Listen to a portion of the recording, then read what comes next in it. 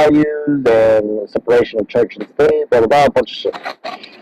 Yeah, another reason why Jack Armstrong might not just work straight off like that Dawkins is that there might be like hundreds of Jack Armstrongs. Then it's not going to know which is which. That might be why you have to add more stuff to that one, but you might not need to do so for Dark Dawkins.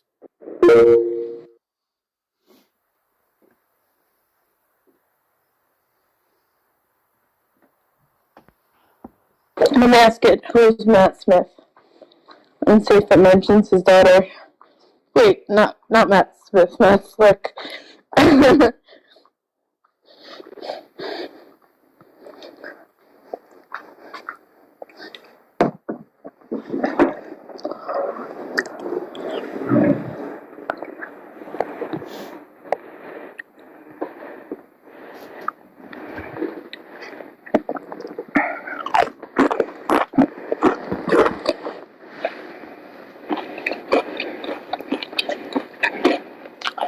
Yeah, we don't like to talk about Matt Slick's daughter. I think that's a little too much. I mean, I don't bring it up. Okay, well, that's you.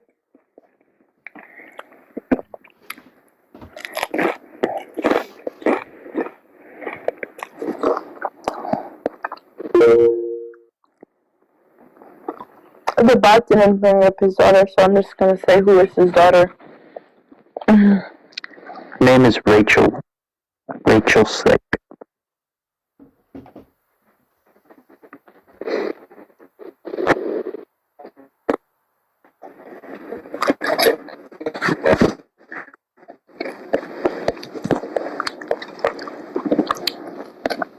Like, there's information. Okay, she's the daughter of Matt Slick. She is known for her involvement in Christian apologetics and a popular speaker on topics related to defense of the Christian faith. What? Yeah, she's a content creator, right? No, I mean, she OnlyFans. I think she does more than that. But a theist activist. Yeah, she calls herself an intellectual porn star. She says it's a group of women who all agree that selling their body is easier than working a 9 to 5. It's selling their personality, sorry. It's saying that she's the non-atheist. She's a Christian apologist.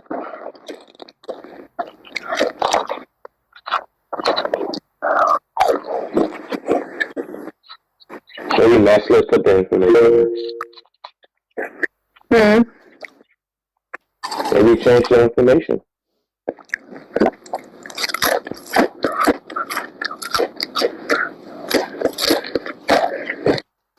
I wonder if ChatGPT knows that Matt Slick has 80 decibel ringing in both ears.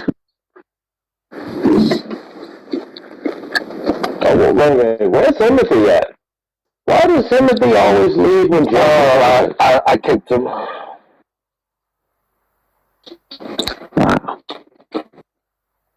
Incredible.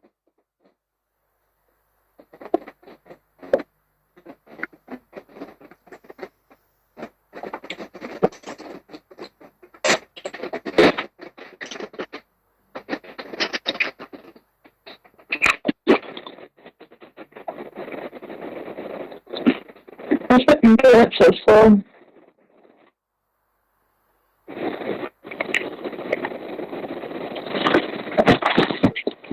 Rachel Slick.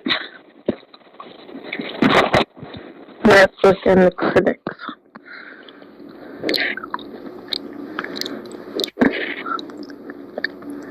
Here. I'm going to feed it this article.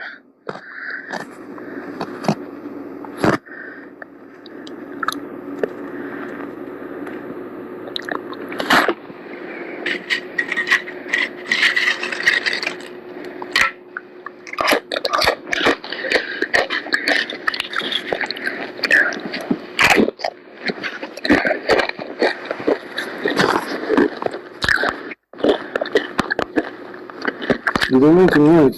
You are eating. Okay. No, I kind of like it.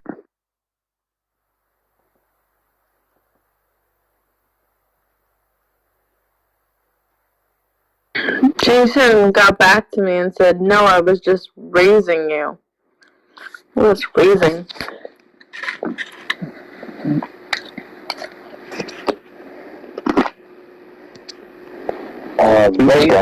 Raising is like what I did to Nathan. No, that's not right there. Not sure.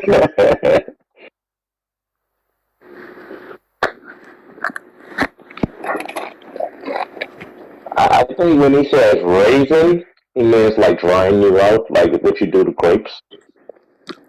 Oh, like Raisin Bran. Oh, okay, yeah.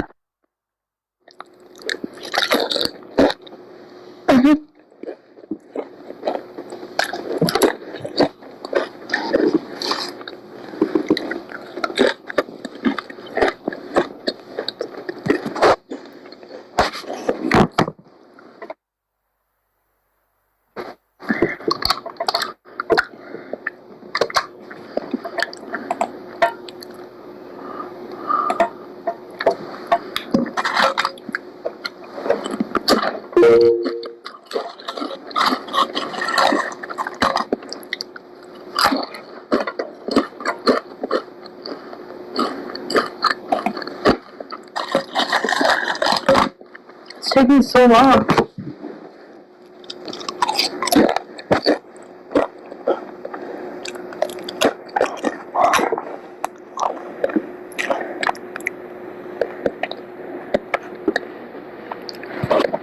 You said, yeah, what Silas wrote. Or A, Z, and J. The only thing Silas reads is the back of a beer can.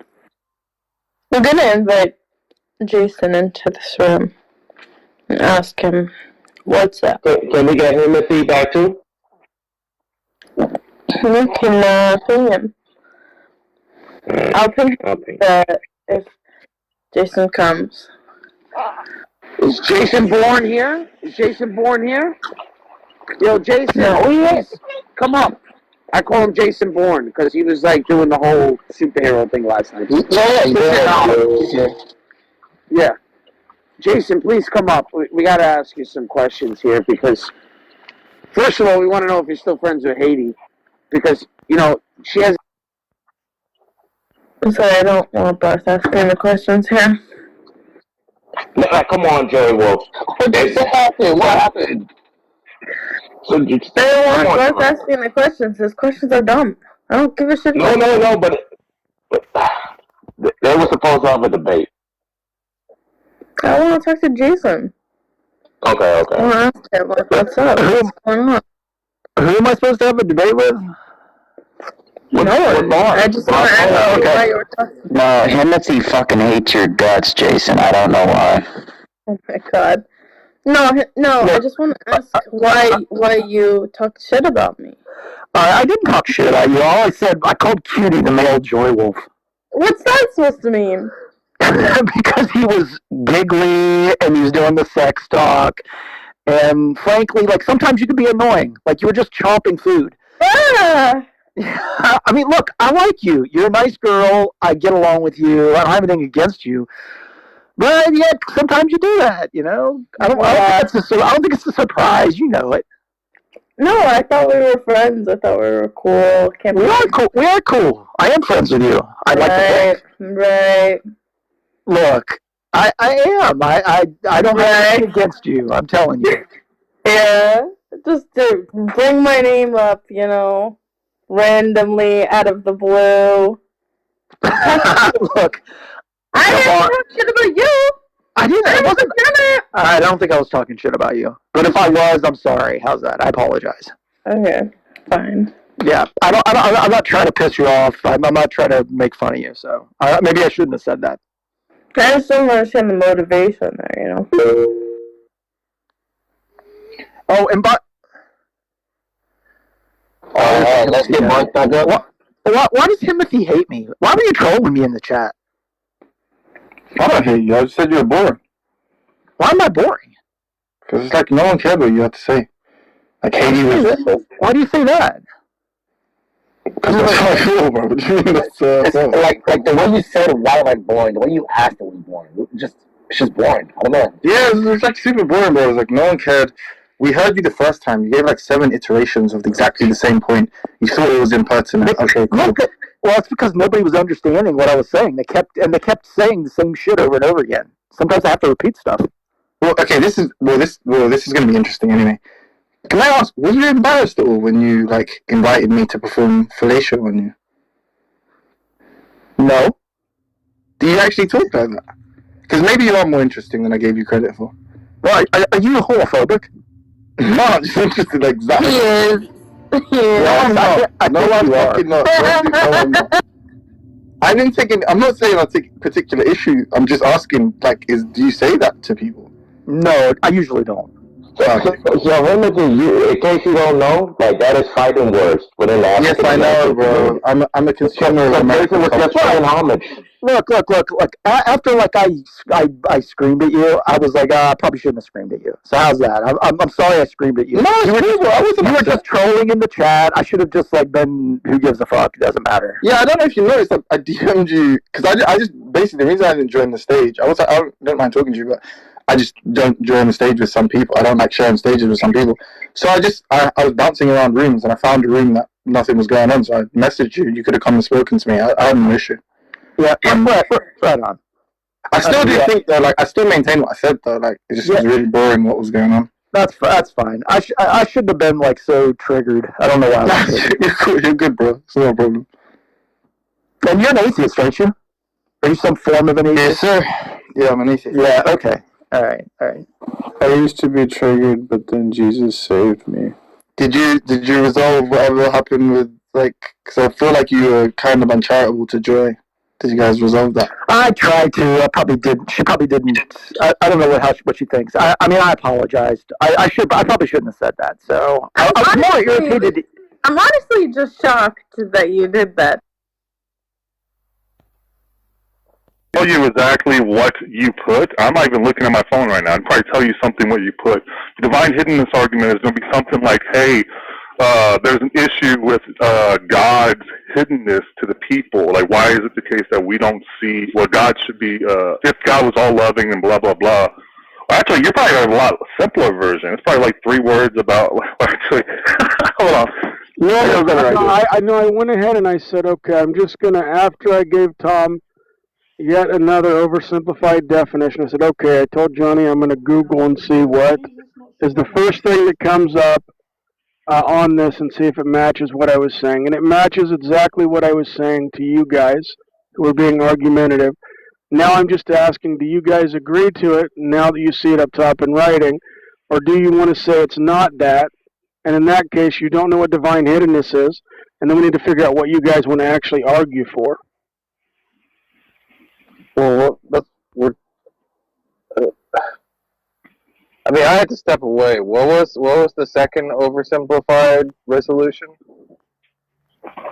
He just posted the IEP on divine hiddenness. Yeah, I said it to Tom, and I thought you said okay, and then Jovan started talking, and then Johnny was talking, and then I said, hey, I'm going to go and pull up something on this, because I believe that I'm stating it fairly close. And then when you go back and you read that description, I was stating it really close to even their description. So now I'm just saying, do you guys want to go read that real quick, paragraph or 2, see if you agree that is divine hiddenness, and then Matt and John Lee can read it, see if they agree. And once you guys have that agreed upon, then you guys can go make your arguments, whatever they're going to be. What do you mean? Wouldn't divine hiddenness be your argument? There's different ways that an atheist could argue for it, Tom. Yeah, there's different ways that an atheist can argue that God should have made himself more known. Like, I mean, there's probably a way you could argue differently if they argue more from a Calvinist standpoint. Like, all that's just stuff that you guys will have to think of. Wait, James, do you understand that John's position, this argument doesn't apply to John's position? I don't think that John is a Christian, Scorpion. I think that Matt Adams is going to have to help him in this. But Matt is a friend of mine who's really wanted to do this debate, so I'm just trying to help make it happen. That's all. Yeah, I can see that, but actually, I mean, I think the person to make it happen is really Matt. He's the one that needs to talk to John, not you.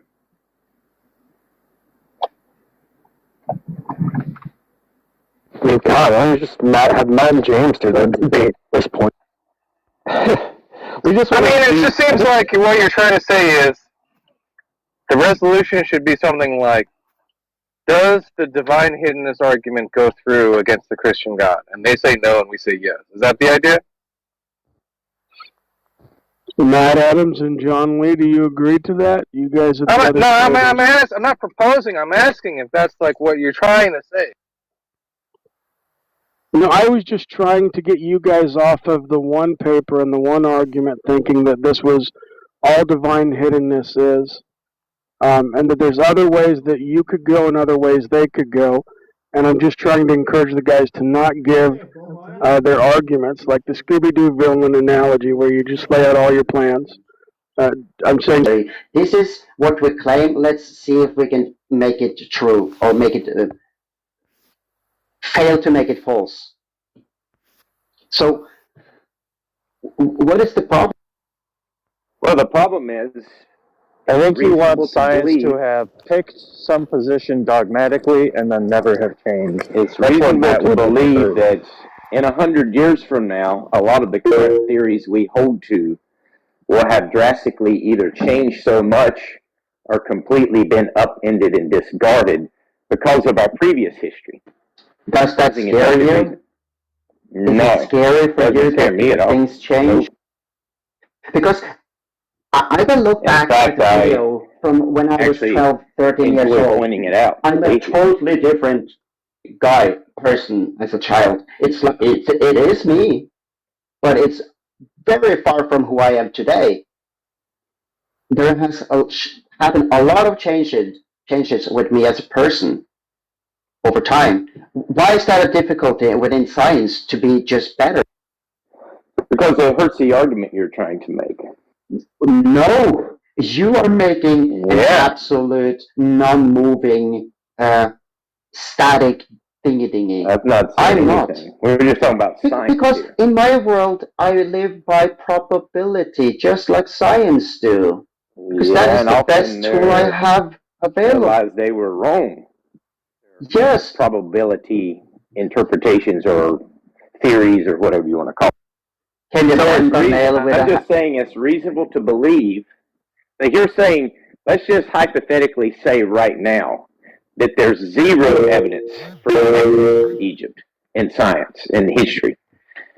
It's still reasonable to believe that in 100 years from now, it wouldn't be far-fetched to say we will have come to the conclusion that the Exodus happened without any doubt using science, right? Because new information can continue to come in, new discoveries and things like that. So to even say there's no scientific evidence for the Exodus from Egypt, yes. Even if... Good morning, ladies and gentlemen. Welcome to Michigan Underground Broadcasting live on YouTube Video Network. Updating. Theories are updating. Link to join is posted. Coming in. Things are changing. Opinions are changing. So the Christian doesn't even need to worry about that. They can stand firm on God's word, and that's it. What evidence do you think they're going to find? Well, they've already found lots of evidence, but who knows? Like it could be, maybe they could find some sort of chiseled stone or some sort of old paper that actually documents Joseph being put as a right hand of Pharaoh, or Joseph being sold into slavery or something like that, which, by the way, they've already actually found documents of slave names in Egypt that actually originate from, or they're like Hebrew in origin. They've also found, That's not massive amount of bones. But they haven't found any pottery shards or anything that indicate a large number of people moving. Yeah, they found a lot of pottery as well. There's actually a waterway called Joseph's Waterway that they've discovered in Egypt. Where'd you get this? From like I've the got it from Discovery actually Institute? reading. But anyway, my point is, What's the source? And ScienceForJesus. no, it wasn't Answers in yeah, like what's the source? I only hear this stuff from like the Discovery Institute and particularly bias groups. I've never heard this from like the mainstream archaeology or historians or anthropologists ever. Who do you determine who's the biased ones here, though? Yeah, because if it comes from a source that is like something like the Discovery Institute, they're biased, right? Oh, they're biased. They have their own scientific. They have their own papers. Yeah, they make their own papers. So they make their own. They've established that. They've established Matt. They've established their own journals, right? Because they could not get published in actual scientific journals. Well, look, do you think I would have a problem with that as a Christian?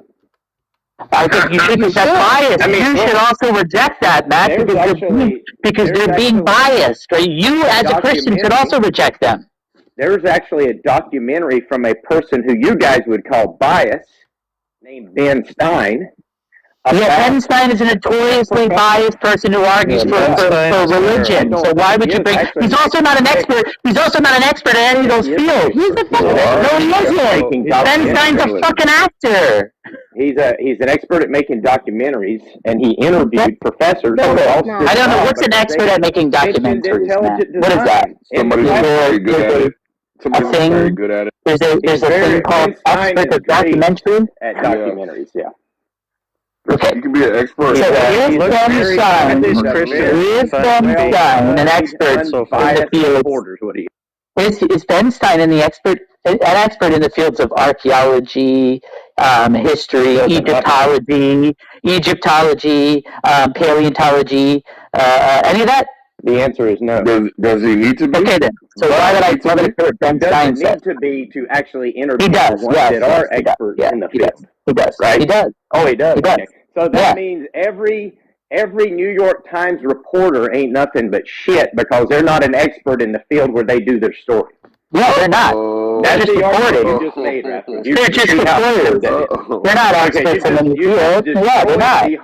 You just undermined the whole credibility of media. No, I did not. I didn't say anything about media's credibility. We're talking about the scientific things. Matt, stop. Stop. You're saying nonsense. You're saying nonsense. I didn't say anything about the credibility. I am not saying anything about the credibility of them. I am. Can I speak, or you can overtalk me every time I try to finish a sentence? You're the one interrupting him. You're the one interrupting him, rascal. Whatever. Continue. No, I was just saying, like, I wasn't discrediting like journalists at all, right?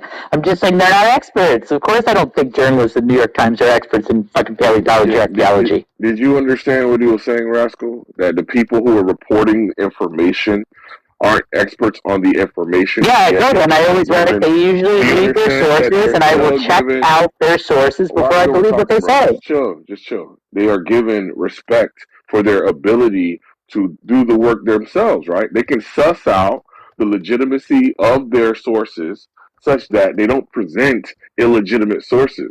That's why they're also respected. Because they're not getting I would check the sources of every... One second, bro. They're not getting bamboozled by charlatans. That's why when it does occur that they report erroneously, they immediately lose their reputation and can lose their jobs, i.e. Tom Brokaw, i.e. I'm sure there's tons of other fucking examples. Peter Jennings, I think. We had another one. So it's very important. What does it have to do with archaeologists? It's the Ben Stein appeal is because he's good at what he does. And I've never seen a Ben Stein documentary before. We should blindly accept Ben Stein's we should just blindly accept that Ben Stein said something without checking the sources. From ignorance. You're arguing from your ignorance. I don't think you understand what an argument from ignorance is. Yes, it didn't That's not what an argument from ignorance is. It didn't happen because I wasn't there to see it. No, I didn't make that claim. Concrete, you have to slow down. I've never seen it, therefore... Concrete, I never made that claim. Concrete, I never made that claim. Okay, so I don't know what you're talking about. Rascal, just, I'll keep him muted. So please just say whatever you wanted to say. I was done with all I was saying. I'm not, like, discrediting media. All I said is like you should take anything that's reported to you from people who are not experts with a grain of salt, and then you should do your own research. What about experts? Do you Or just check what their experts sources. tell you? Yeah, check their sources. That's what they do. Do you take what experts tell you with a grain of salt? It depends. Generally, no. If an expert is, I mean, to an extent, yes. To an extent, yes. To an extent, yes. But generally, I'm going to go to the experts if I need advice on a particular thing. Why are you laughing at Do you someone understand? accepting an expert's Oh, okay. opinion on a subject? Well, Why would you laugh at that? Because I don't think he's 13 years old and naive enough to think that experts. First of all, who is the arbiter of expertise, right? You'd have to say their peers. How did their peers figure it out? On and on and on. And again, we have the issue of the pessimistic meta-induction, which Matt was alluding to, where most scientific findings have been wrong. That way we can conclude that most are wrong today, and these are going to be all done by experts. But you want us to accept then? So the irony of like what you're just saying right now is kind of funny, right? Because I'm like literally advocating for checking out so-called experts, right? You're advocating we should just trust somebody like Ben Stein and his fucking. Did anybody say that? Did Yes, anybody Matt say and we you should both just said that. trust? Whoa! So you heard me say you should just trust blindly Ben Stein. You heard me say Yeah, that. you were defending Matt. Exactly. I And know that's what you Matt didn't was say saying. that, but Daly doesn't care about the truth, right? He was just saying. No, I didn't say that. You just you just twisted what I said. Daly said I said that. Daly you want to talk about people over talking you, and then you just did it. Yeah, and Daly didn't say you, Concrete. He said Matt Adams said that. He said I said it as well because I'm defending Matt. No, you were defending Ben Stein. I'm also defending Matt. Well, he said it too. I mean, like, what are you defending? Like, it's like, why should you say Ben Stein's an expert? Yeah, I was actually defending the concept that you seem to like. It escaped you, so I just, highlighted it. You agreed with it, and now you're backtracking. But thank you. Did Matt leave the... I found it irony that I was pointing out that he was doing the backtracking, and yet he again tried to flip, and even though that I was pointing out that he was doing the backtracking, he went and said and just tried to say that now I'm the one doing the backtracking. That's not the game. It's just gaslighting the fuck out of him. Do you think it's impossible for two parties within a conversation on opposing sides to both do a little backtracking? Do you think that's impossible? Did I say that? Oh, okay, so why did you accuse me of gaslighting you? Because you just did. Oh, okay, bro. I guess I'll take your expert opinion as an expert gaslighter that I guess gaslit you. That's just more gaslighting. You know what's funny? You literally just did more gaslighting. Just say gaslighting and then it all goes away, ladies and gentlemen. Hey, if you have a broken foot, just say gaslighting. Did you lose? Did you fail your final exam? Just say gaslighting. It all goes away, ladies and gentlemen. More gaslighting. Did I do any of that? See, like, it's really funny. The irony, Concrete, is you continue to gaslight. And, like, make fun of it. Like you're doing that. Drug, gaslighting, the wonder drug. All of your problems just go away. Yeah, more gaslighting. He's just gaslighting. Like, the irony of him, like, bringing up gaslighting when he's gaslighting. Like, he's gaslighting the fuck out of me by, like, talking about it. It's the irony. It's off the chart. You're questioning reality right now, Rascal? Is that what's happening? What? Are you questioning reality right now? Nope. You're not being gaslit then. Fucking A.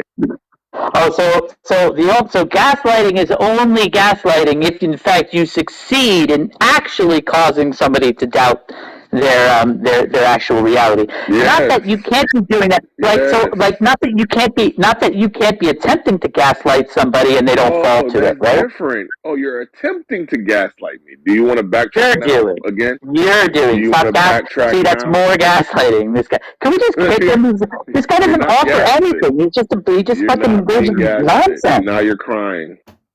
That's pathetic of you. Because you don't contribute anything. This is what you do every time. You go to, like, attack the person instead of, like, dealing with their shit. Now you're you're like one of the dumbest Christians, like, theists on here. Now personal insults. Got it. Okay. Yeah, if you're dumb, I'm going to point it out. I mean, I don't see a problem with You sound like a snivelly fucking beta fucking incel. Calm down, bro. Did that like refute anything that I said? Nope.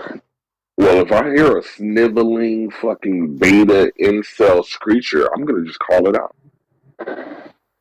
Yeah, so what does that have to do with anything of what happened to him? What, like, can you explain that?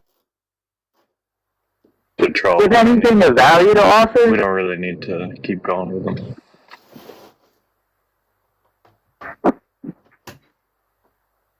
So, Rascal, can you hear me? Yeah.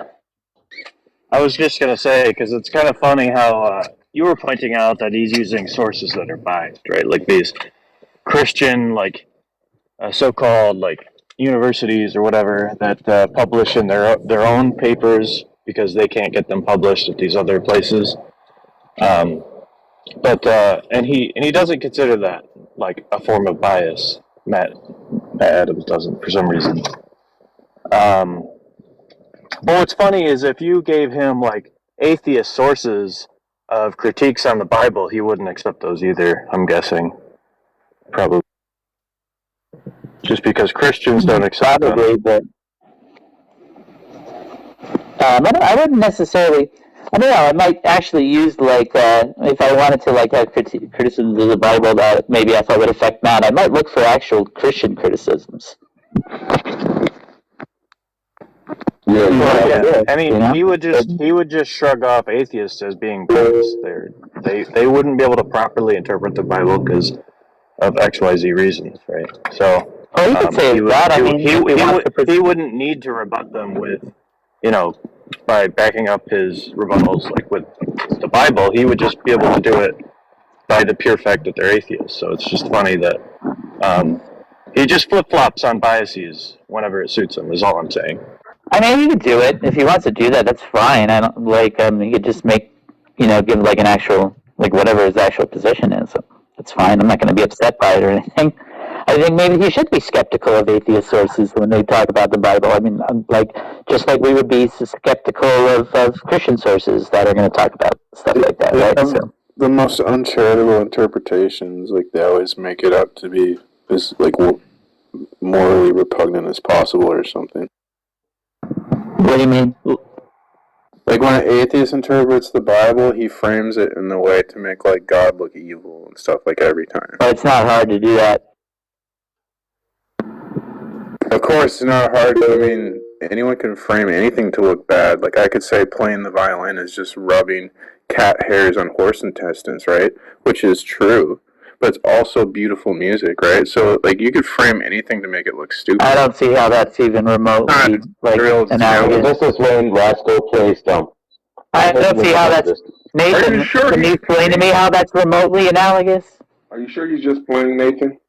Rascal, you smarter than that, bro. You smarter than that, Rascal. Can you explain to me how that's even remotely analogous? I'm tired of doing the work for you. I'll explain it, Rascal. He said no. Nathan can explain it. Rascal, yeah, I know that. So somebody could construe using animal parts in order to create a violin or the components of a violin. That's what to be like detrimental to, like, nature and humanity, because whatever their sensibilities are, right? Because it includes the death of an animal, an innocent animal, in its construction, they're going to simply say that they don't think that that's a good thing. They think it's an evil thing. That's fine. Give me a case for that. Yeah, exactly. So what he's trying to show you is that even in the most innocuous fucking situations, such as the construction of a violin, you can make a case that somebody is behaving evil. And that's what you're doing with God. Are you comparing... You're taking God.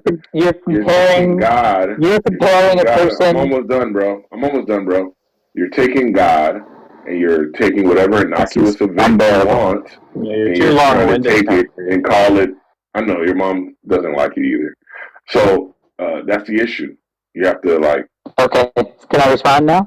So you're comparing a person who, like, through some sort of secondary causation, is responsible, like say, for the mistreatment of an animal because they're a violin player, to a God who orders, like the Israelites, to slaughter every man, woman, and child and animal in Canaan directly. When he makes a direct claim to tells people to do that, you're comparing that to a person who has like some indirect causal relationship to the suffering of animals because they play a violin. Is that the comparison? Well, I think a better comparison would be like Michael Dell. If he had a batch of defective laptops, and he told some of his workers to destroy those, or he told his robots or workers or whomever to destroy that batch of defective laptops. I think that's better, more analogous, right? Because Michael Dell was the manufacturer and the arbiter of the fucking existence of those laptops. He found them to be operating below standards, and he decided to destroy them. Not to sell them on the open market, not to allow them to continue to fucking, be in use. He said, hey, guess what? We're just going to do a wholesale recall. And yeah, what's your problem with that? I have no idea how this is comparable to what the point that I brought Here, I'll explain it to you. I'll explain it to you. So in this analogy of Michael Dell that I'm using, God is the creator of all things. So if it's the case that within his creation, he deems something to be unsatisfactory, dissatisfactory, or whatever, he can decide to offer, to institute a recall.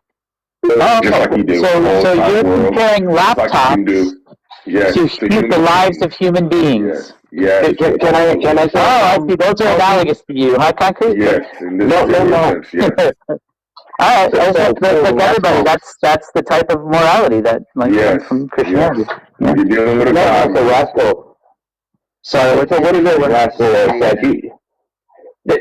So I think E-Bike was trying to say, if you just point out all the bad stuff, right, and just focus on that, then you'll have like the atheist perspective on how the Bible is.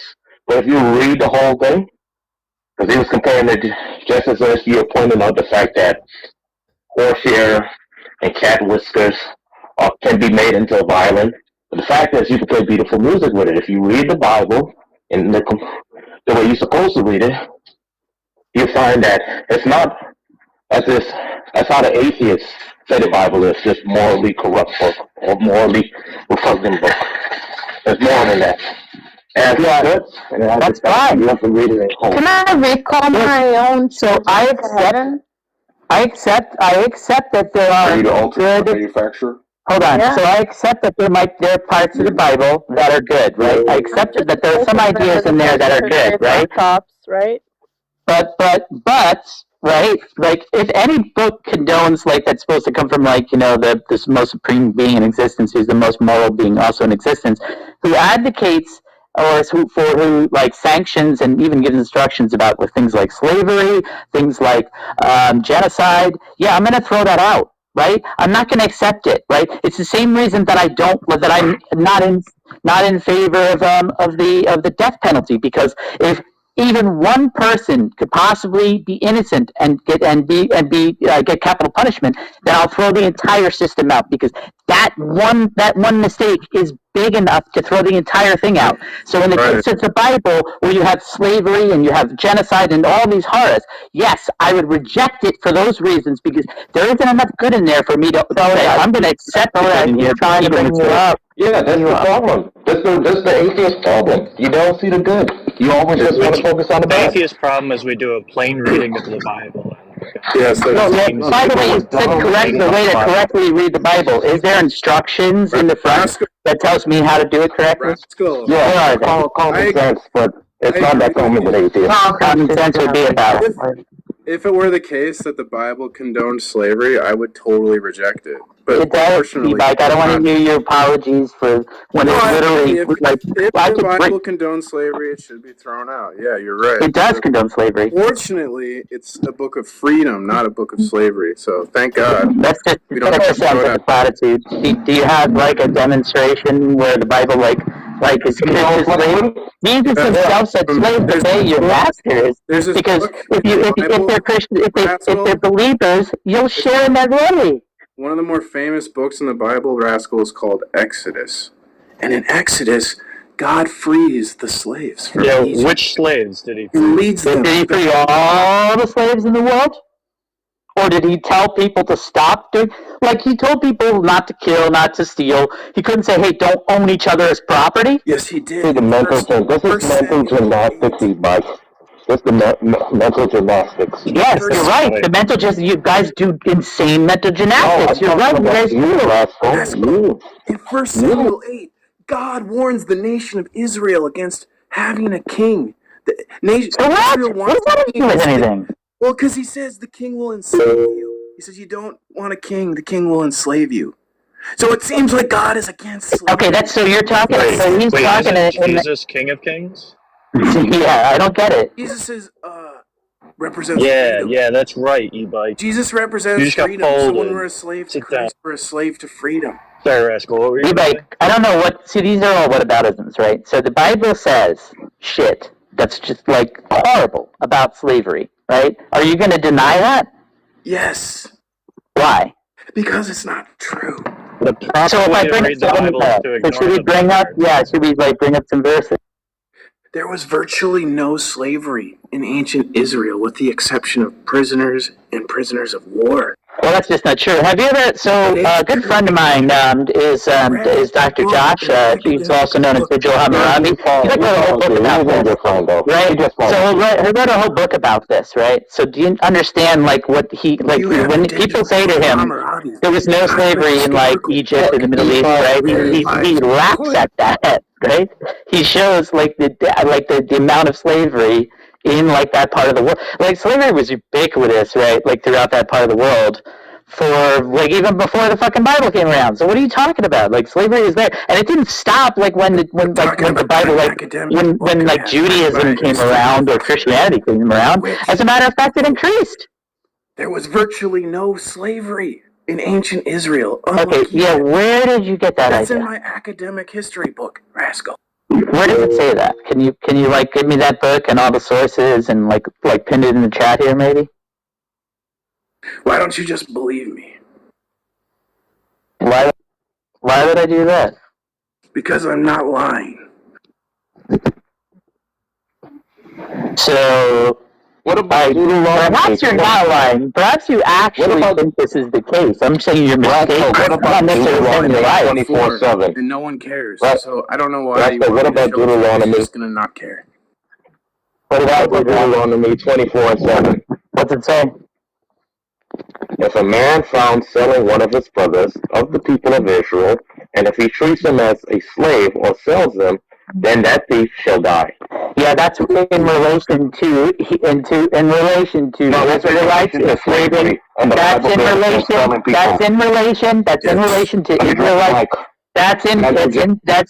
Can I answer? That's in relation to Israelites enslaving other Israelites. No, not to. Can I answer, or are you going to interrupt me every fucking time? Are you going to shut up and let me respond? Can you please stop over talking him? You said your thing. He's responding to you now. You always lied in E-Bike a couple of times. Can you just stay muted whenever other people are talking? So you understand that's in the Bible it says many places, don't rule over your fellow Israelites with rigor, right? And so it's telling you not to do that to fellow Israelites. You can do that to the heathens around you. That doesn't matter. You can rule over them with rigor. You can't do that with This is whataboutism right now, right? No, it isn't. I just pointed out why it says that. No, you just started talking about something else. It says, do not sell your brother because that's slavery. And you'll be put to death. Yeah, that's to fellow Israelites, not to other people. What are you talking about? It's talking about slavery. Oh my God, you're a dumbass. Let it go, Rascal. You lost. Rascal, if there's slaves, there has to be slaves. Nathan always thinks he's defeated me with these dumb things. Yeah. Nathan, he's talking about fellow Israelites and that, not fucking other people. If I say white people shouldn't enslave other white people, am I banning slavery? Yeah, seriously. So, like, if there's going to be slaves, there has to be slavers. Would you agree? Was added, Because yeah. otherwise, Sure. yeah. So where are the slavers? Yeah, they come from the people, the nations around them. No, That's the slaves. The slave owners. Are they But the of slaves course, the selling verses themselves, Rascal or are is there a speaking third party? directly to quote unquote. Like you can have slaves. I don't know why you guys are pretending So you can't. there has to be slavers, right? There has to be. There's really two slavers, bro. Exactly. There has to be a third party that owns the slaves. Otherwise, these people are selling themselves into slavery. So What are you talking about? point out the third party in the Leviticus points out where you what to do by going to the slave markets. Like, what are you talking about? Where are the slave markets in the Bible? Right there. What do you mean? They're right there in their own towns. They say you can buy your Does it slaves say from that the in the heathen around you, but you cannot rule over your fellow Israelites with rigor. But that's not guess the what? description There's of even ways. slavery. Hold on, e-bike. There's even ways, right? There's even ways you can actually do this to your fellow Israelites, right? So if you give your fellow Israelite slave who you might have a contract with for 7 years or something like that, a wife, right? Well, that wife has to stay with the slave master. He can't go out with the Israelite when he leaves. But if you want to change that situation, the Hebrew slave can say, I can go in front of the elders of the council, whatever, and can say, I love my master and I want to serve him, and they punch all through his ear and give him the thing, and now he's his slave for life. It also says you can give your slaves to your children as inheritance because they are your money or your property. So what are you talking about? I'm talking about. That had nothing to do with what I brought up. There has to be a third party, slavers, that own these slaves and sell them in a slave market. But this doesn't exist in the Bible. So these people if the Bible doesn't directly say, hey, here are the slave owners who sell them at the market, that means they didn't exist or something? You just make an argument from silence? Yes, because there has an argument from silence. It's an argument from silence. It literally says that you could buy them from the nations around you. Which means the nations are... but doesn't say that you can buy them from slavers. It says what's being described. Who would you be buying them from when it comes to the nations around you? Slavers in the nations around you. I don't know why this is hard for you. This is a welfare system. E-bike. You're just e-bike. We had this exact conversation 2 days ago. Yeah, no one can ever show me where the slavers are. You're just straight up they think they're slaves, but denying. where are the slavers? They don't exist. Yeah, that's called crybaby. This is a welfare system. These people are poor, and they sell themselves into, basically Where do you see that? Where are you getting that from? It doesn't say that in the Bible. Shit. I do extra biblical research. I look at Bible scholars and the history and stuff, right? And they're all it's slavery. There's more information about the culture of Israel other than the Bible, right? And so from there, we can figure out that, there wasn't... Yeah, there's information about there being slavery, bro. What are you talking about? I'm talking about, there's no slavery in Israel. They didn't have slaves. Where do you get that from? You got a source for that? Like we do, prisoners. Do you have a source for that? I told you, I have an academic book. It's by a professor of history, the French University of Bordeaux. He's a very prestigious professor, and he's a historian, and he says there's virtually no slavery in ancient Israel, virtually, because, in the instance of prisoners of war. Oh, that's slavery. Well, those are slaves. What are you talking about? Yeah, but that's not, they're criminals. Obviously. No, soldiers are not criminals, Evite. Right? Look, this is the reason why soldiers don't get tried for murder. Soldiers are not criminals, right? This is why soldiers don't get tried for murder. But Nazis are, like the Nuremberg trial, right? We had war crimes for the Nazis, and we executed them. Because of their crimes against humanity, not individual soldiers, dumbass. Israel, instead of executing the Nazis like our society did, Israel made those people slaves, so they could still have a life, but they wouldn't be allowed to. What are you talking about? I wouldn't enslave the Nazis either. I wouldn't agree with that. Well, that's what happened. That's what our society did. So no, they didn't. Military trials didn't not execute Nazis. slavery. After World War II, we didn't execute Nazi war criminals? No, we did. Yeah, we did. Oh, Yeah. so Did I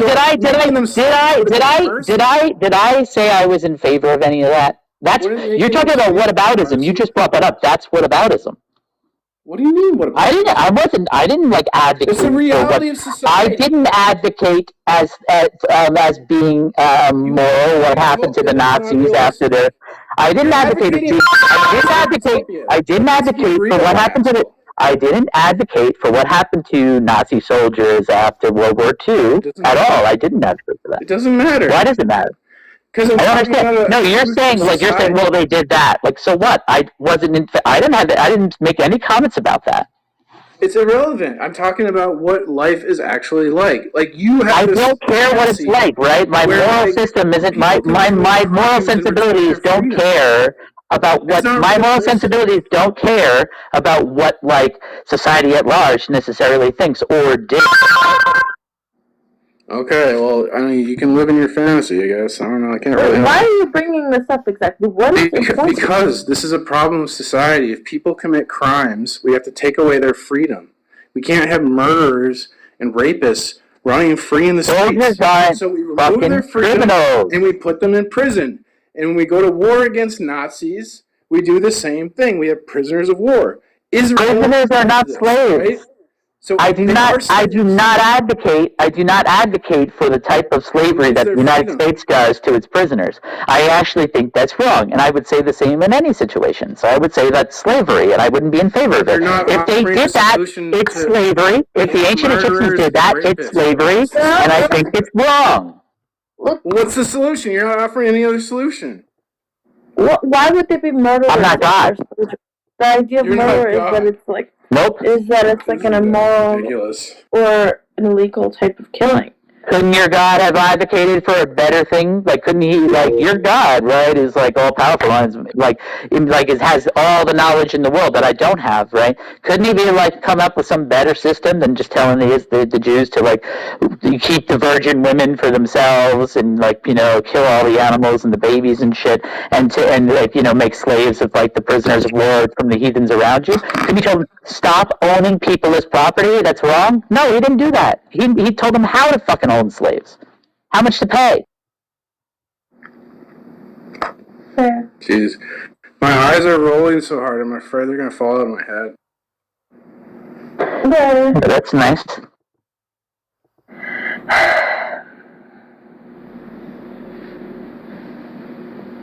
So this is why no one gives a shit about any atheist interpretation of the Bible, Rascal. I don't understand your interpretation here. I go to Bible scholars and I read what they say. Look, all you said was I'm not smart enough. I'm not done. All you said was that there has to be some place where the slaves come from. We already said the Bible says they can come from the slave markets around it. They sell what slave markets that are mentioned in the Bible?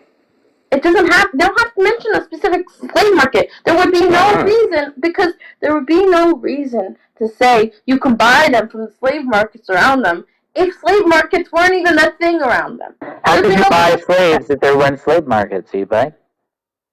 Well, people could sell themselves into slavery. They're not all. That's not what we're talking about here. We're not talking about indentured servants. We're talking about when it says directly in the Bible, you can buy your slaves from the heathen around you. Yeah, the heathens can sell themselves into slavery. Why would we? First of all, it's a welfare system. People could sell themselves into indentured servitude even in the land of Israel. So yeah, and I don't support that either. I think that's slavery as well. But look, it's not about whether you support it or not. It's just the fact that they could do that. And if they could do that, why would you need to make a law about only being able to go to other nations for indentured servitude if it's perfectly fine to go to your own nation for indentured servants? You would rather these people starve to death and die? I don't think you addressed my question, eBay. So this is the so either become a slave or starve to death. You realize what was my question, eBay? I don't know. What is your question? Oh my god. My question is, if it's perfectly fine to get indentured servants from the land of Israel, and that's a good thing to do, presumably, because you're like saving people from hunger or whatever, then why would they even mention getting slaves from outside nations? Because they were foreigners in Israel. So this is describing we have laws for foreign workers and we have laws for domestic workers, and they're different. And this is the same thing. But they're not different. They could have. They are. No, they're not. We have different laws for domestic and foreign Sometimes workers. people do. Sometimes people don't. Like they don't have to. You don't have to have. Like a foreign worker needs a visa or a green card or something. So they need You think they had visas back then? Green cards back then? It was like, bro. No, but this is they're just describing a system of economic. Why would Jeff, the slave owner, need a law that says you can go to the outside nations to buy slaves if they could just go right to their own hometown and buy a slave? But they can. Exactly. What? Why would they need to go? Why would they need to go outside of it? They're not Why would going they need a whole lot outside. for There are that? foreigners in Israel. Hold on. Do you think you need a law for everything in the Bible? Do you need a law that says you can tie your shoe? No, they didn't even follow these laws that you're citing. No one followed any of these laws. What? What difference does that make? Because what difference does that even make? Yeah, I don't know what that's the difference between the Bible. We're talking about what the Bible says. I'm actually interested in the topic, so I read other sources other than the Bible. You're not listening. Bible scholars. You're not even engaging with what we're saying. Why does it matter if You're not engaging with what I'm saying. No, look. It doesn't matter if the law was carried through or people disobey the law. We're inquiring about the law itself. It's still in the Bible, B-Bike. That's the argument we're making here. Yeah, I was just about to mention that, Rascal, that still E-Bike also 2 days ago, he argued with me that, yes, but today, and now this time. No, we're not talking about what is actually going on in the world. We're talking about what does the Bible say. But E-Bike is a very stupid, very not knowledgeable person. Yeah, let's say E-Bike that none of the people in Israel actually owned slaves. It would still be the case that the Bible and God tells them, hey, it's fine, go buy slaves. So Anders, the history professor that wrote my book that said there's virtually no slavery in ancient Israel, do you think that... Why does that matter? The Bible still says, hey guys, go buy slaves. That's the problem. Even if it didn't ever happen, it still has to be the case that God literally tells them to buy slaves. Why even... E-Bike, E-Bike, listen carefully. This is why you're wrong, because the source you are providing, the person you said, he has to revert back to the Bible, because we're not talking about what happened during that time era, what happened during the Bible times. We're talking about what does the Bible say. So every time you respond, you're a disingenuous piece of garbage interlocutor and have no clue what you're arguing for yourself. Do you teach history? You're DMB. Are you qualified to teach history in a college? We're not talking about history. We're talking about what the Bible currently says. Go fuck yourself if you don't understand that type of logic. Irrelevant. Let's say, I'm literally, I will grant you. Let's say I'm just going to grant for the sake of, I don't think it's true, but I'm going to grant for the sake of argument, yeah, that they didn't enslave anyone, and there was no slave markets. Okay, fine. But it still says in the Bible, buy slaves from the heathen around you. You can beat them, and as long as they don't get up, or as long as they get up before 3 days are over, you can give them to your children as inheritance. If you give them a wife, even if they are Hebrew, and you give them a wife, then the wife is your property, and then so they can't stay in the house with them, and then they go free unless they agree to be your property for life. It still says all these things, so it doesn't really matter whether or not it happened. What matters is God is advocating for a completely what most people are going to consider a totally immoral institution. Yeah, anything else is just straight up denialism. So going to Bible scholarship and listening to Bible scholarship over uncharitable atheists on Clubhouse is denialism. Do you have an argument that you can offer in response to God not actually condoning and even sanctioning slavery and even ordering it at times, when he even tells them to take the young virgin women for themselves, which is a form of slavery, I think you would agree. Do you have an argument that God didn't say those things? Obviously, like, Jesus didn't own slaves, and Jesus taught how the oppressed are supposed to stand up for what's right versus the oppressor. Yes, you know, slaves don't have any standing, right? Jesus taught us a strategy. Slaves don't have any legal standing, so they can't like stand up for their oppression. They're not considered citizens. Jesus taught a strategy for slaves to overcome their oppression. He also told them to obey their masters, especially if their masters were believers, because then they could share in their glory. Well, how come you don't mention the part where Paul says that masters? Paul isn't God or Jesus. What? Paul isn't God or Jesus, right? We're talking about the Christian God advocating for this. Paul. I said Paul isn't Jesus or God, right? We're talking about. But you just quoted Paul when you said slaves obey your masters. That's what Paul said. No, Jesus said that. Paul said that. So did Jesus. Where? I'll find it. I believe it was in the sermon. Paul said it in the epistle. Okay, great. Jesus says it too. I'll never said that. And Paul said, masters, treat your slaves well. So how do you cherry pick that? And you only put the part. He said, treat your slaves well. They're still slaves. You fucking dumbass. I don't care if you're like you're the best slave owner in the world. You're still a slaver. Like, what are you talking about? How come you leave that context out when you? Why would I just addressed it. Like, I don't care if you're the best slave owner in the world. You're still a slaver. Be mentioned in context. You would rather like cherry pick. Oh my God! You don't engage. You don't engage with what's actually being said to you.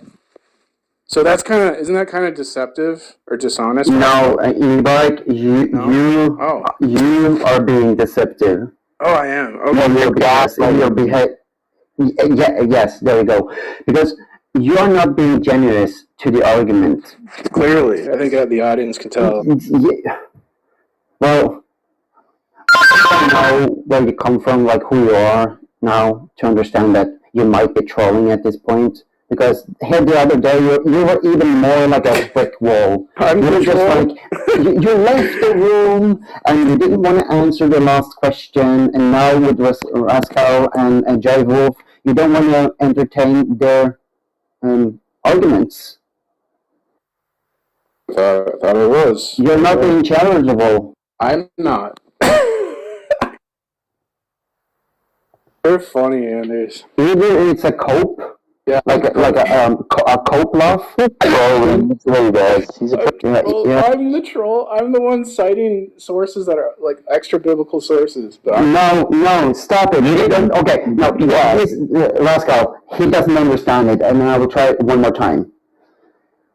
Bible is the ultimate source in this argument. Why? What does the Bible? Shut up. Because what does the Bible says? Well, you say. Stop it. For you to introduce something external to the Bible is by definition irrelevant. Why? You just have to get a woodpecker and try to make a hole in the You're just making claims. skull of yours, and maybe try to stuff it inside for once. I'm telling you, if the question is at hand is what does the Bible say, everything else except from the Bible is irrelevant by definition. The Bible is irrelevant? Yes, because that external source has to point back to the Bible anyway. It's a one-way ticket. Yeah. So all the peer-reviewed papers on the Bible are just throw those out. They don't matter. No, because there are words in the Bible in many languages. Okay, we are talking about what the words in the Bible say. I mean, that's definitely not a troll position. Like, clearly, I'm the troll. You know, because I'm interested in Bible scholarship, but like, obviously, that's irrelevant. I don't know. I'm sorry for trolling you. Let's take more gaslighting. Say sorry to that guy. I'm gaslighting him. I'm gaslighting and trolling you guys. Yeah, I mean it's obvious. Everybody in the room thinks so. Everybody in the chat thinks so. Everybody's like, dude, e-bike's cool to tell. Clearly, you guys have amazing discernment. It's almost like the Holy Spirit is inside.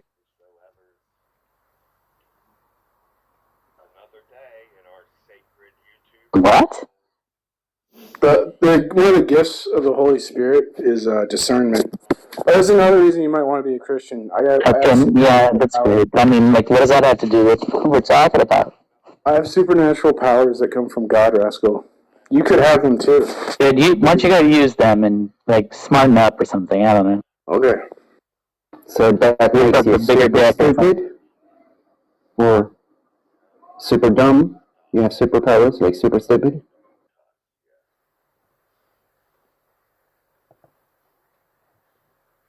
I don't even remember how this all started before you, like Someone DM'd me and said Anders is a total dick. LOL. Well, I'm more than just a dick. I have an asshole, a couple of ears.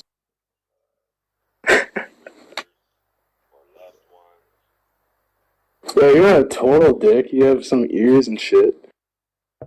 Exactly.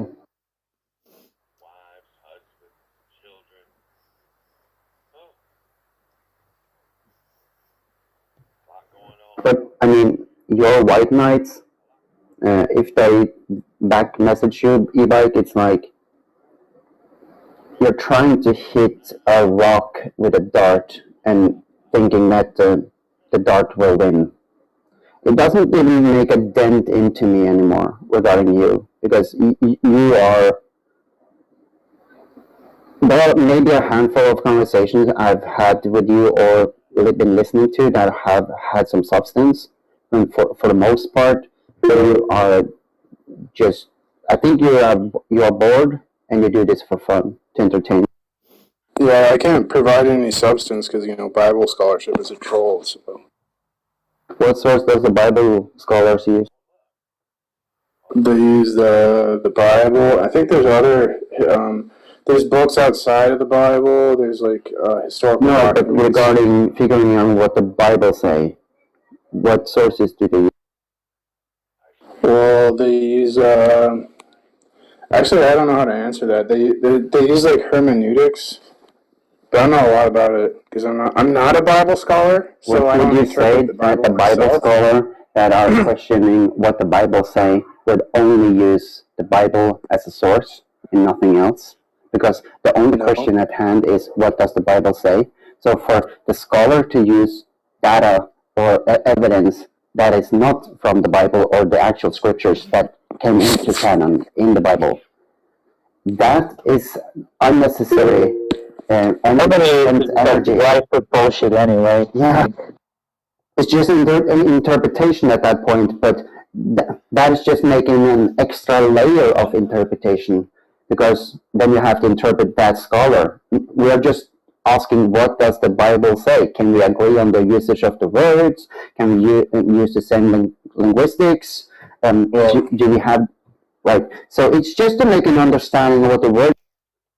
Right, the meaning is more important than the literal interpretation in my view. So I'd rather use people who are experts at interpreting the Bible than just my own uneducated opinion. Do you have an argument for the Bible? So it's pretty clear, it's pretty black and white what the Bible says about slavery, right? Well, I mean, if I agreed with you, if I thought the Bible condoned slavery, I would renounce Christ. Well, I don't know about it, because I've heard plenty of theists admit that the Bible condones slavery and not renounce Christ. So. I'm not. I'm a theist. Well, we presented to you passages that are in favor of slavery. I mean, clear. Do you want me to read find the stuff in Deuteronomy and Leviticus and stuff? So, Rascal, you know Christians that admit that it actually does that? I've done my own research.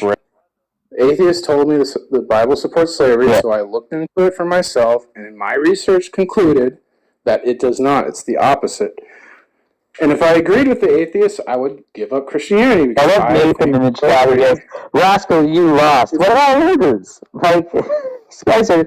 I love Nathan. His total fucking I don't know, delusion that he said everything that defeated me. It's insane to me. And for my screen, Rascal, Nathan just re-entered maximum 6 seconds ago. Yeah.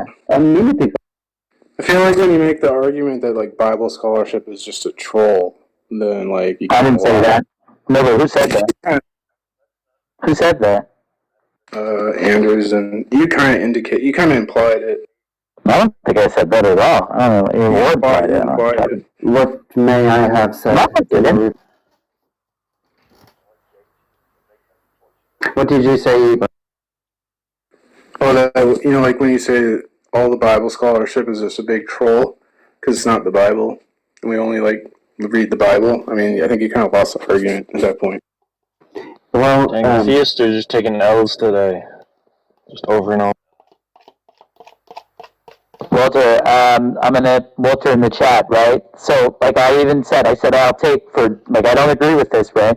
But I said I'll accept for the sake of the argument that there was no actual there were no actual slaves in Egypt. I mean, in Israel at the time.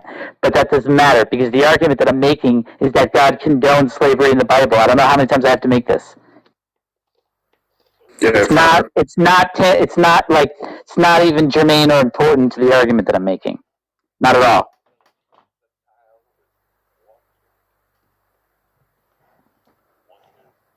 So unless like e-bike's going to come like up with an explanation for why God says this stuff about slavery, then I think it's over. You do have endurance, Rascal. The endurance is strong.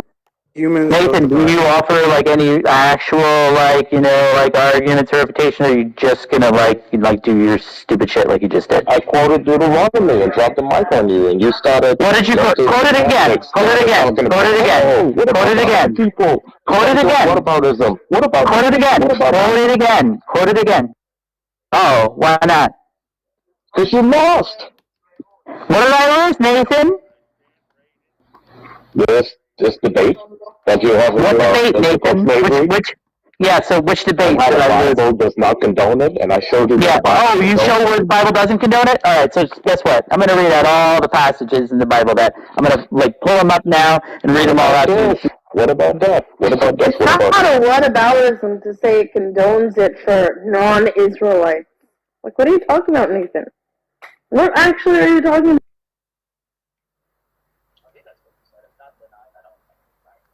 Nathan's just coping right now.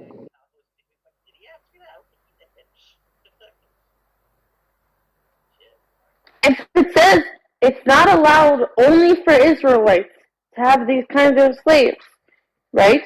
Then it means for non-Israelites, it's an open question in the least if they're allowed. And it seems to imply that they are allowed to have from other slaves, from other nations, which means it would be like saying, Nathan, well, you're a white person, you're not allowed to enslave other white people. Like, come on. Stop being silly. I think Jesus is a pretty healthy coping mechanism. Like, I struggled with life. You're making a lot of noise there, Russ. Sorry, can you hear me? I struggled a lot in life, and like Jesus helped me cope because life can be like really hard.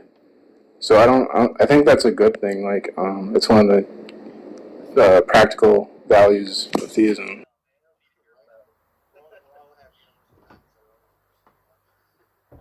Or like atheism has like virtually no practical use.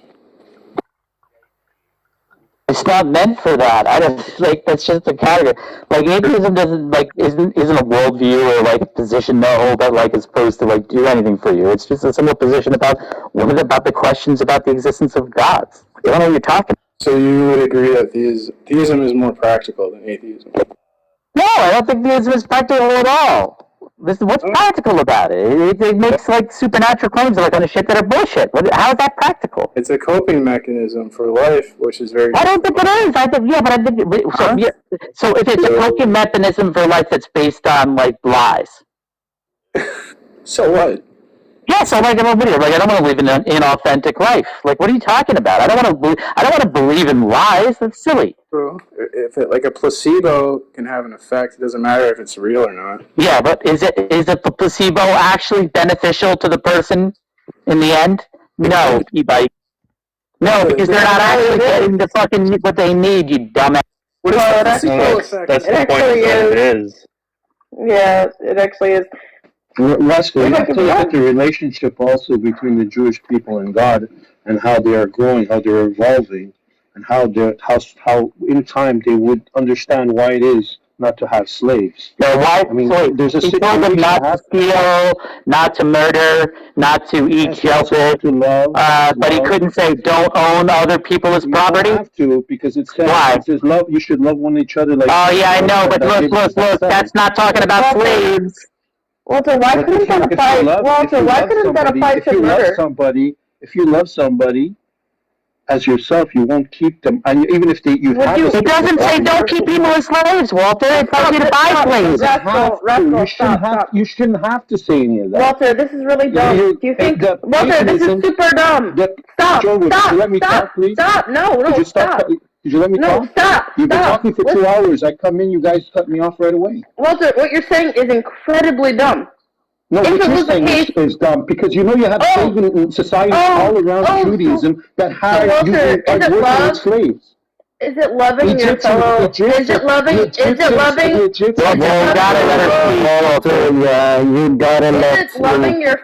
it loving your fellow neighbor by killing them, Walter? But it specifies killing is wrong, like murder is wrong, right? Like, why are you saying what you're saying? Yeah, it's actually you doing copium here. He uses the same tactic as the Russians, just throw as much shit at the wall as possible. That's what I'm saying. You guys cut off the Christians because you don't want us to talk. When we start giving what you were saying was nonsense. The relationship is happening. No, what you're saying is nonsense. You're not willing to. You haven't done that. We show that the culture, that Judaism has changed over time, even at the time of Christ. What does that matter? It's because they're working with the Torah. What does that matter? They know more better than you how to follow the Torah than you. What does that matter? What does it matter whether you're saying all this stuff? It doesn't change the fact, Walter, that it says go get slaves. It does change the fact. How? They understand the Torah better than you. They understand. So Walter, do you have an argument for why the Bible doesn't actually condone or sanction slavery, or like when it says, or when it says, I wasn't done, or when it says, go buy slaves from the heathen around you. When it tells you, you can give your slaves as like to your children as inheritance because they are your property or your money. Like, do you have a refutation for why the Bible was not in favor of slavery, even though it said those things? When you get into the New Testament, you realize that Jesus said, and Paul said, that there is neither a free slave, and we're all equal under the law. So there is a thing that is being brought to man. Man himself is constantly under sin. He's constantly fighting. He's constantly battling. It was like the. What does this have to do with the question I just asked you? Because you don't understand the relationship. No, you're not addressing it. You're talking about other shit. You do have a reputation. Okay. Does the Jewish Bible at the time that you're talking about, was that all over the world? Or just a specific amount of people? No, it wasn't all over the world. Why is that relevant? Because the pagans around the Jewish people had slaves. Yeah, I know that. What does that matter? Okay, so what is God trying to teach the Jews at that moment in time between them and God, and how to evolve into a loving society? So you're saying by keeping slaves, he's teaching them to evolve into a loving society? The slavery existed at that time. Even if God said, so did murder, so did rape, so did theft, so did thievery, and he told them not to do those things, Walter. And he also said to be good to one another. So even if you had so there's right. So the things he says is contradictory. How do you think that's a point for you? How is it a contradictory if he's telling you to love your fellow neighbors, be good to other people, but also keep slaves? There's a problem there, right? You're not allowing man to evolve. What are you talking about? We're not talking about man evolving. What we're talking about, again, this is what he likes to stop, Walter. We're not talking about, Walter, stop. We're not talking about what the man here, right? What we're talking about here is God, and God condoned, sanctioned, and even ordered slavery. That's what we're talking about. The problem here is Walter doesn't understand how this idea that he's trying to posit applies to other things in the Bible. Like, if he wants to say, why won't you let man evolve? Well, why wouldn't God let man evolve to not want to murder in society? But he doesn't want murder. He doesn't want that. Does he want slavery in society? No, he doesn't. So why do you tell him not to enslave people? What's the symmetry breaker? He did in the new covenant of Christ. Where? Well, when you read, Jesus said that you should love one another as yourself. That doesn't say don't own slaves. These are human laws, dude. The human when there was no slaves in Israel, it's when St. Paul moved into the Rome that he started to teach people why they shouldn't carry slaves. Oh, here we go now. That's not relevant. God told them it's not relevant. God told them to get slaves. So you're telling me that just by putting rules down, people are just going to understand right off the bat. They have absolutely no... What are you talking about? Because you just don't get it. In the Bible, God says, God sanctions, God gives them instructions about what to do with, to purchase and how to treat and what to do with their slaves. Don't slavery. You have been saying all the time that God gave them all these instructions to do, but yet they're always breaking them. What does that matter? We're not talking about what the people. Look, I said I said this like 15 times over and over again, right?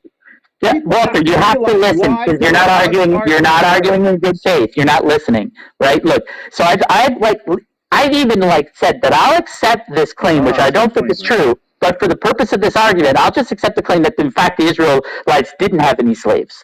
It doesn't matter. The Bible, God says in the Bible, tells them how to buy slaves, tells them they can slave. He even tells them to take the virgin women from the fucking nations that they conquer as slaves. But yet they weren't. But yet they weren't doing that, rascal. So that means that. But why does that matter?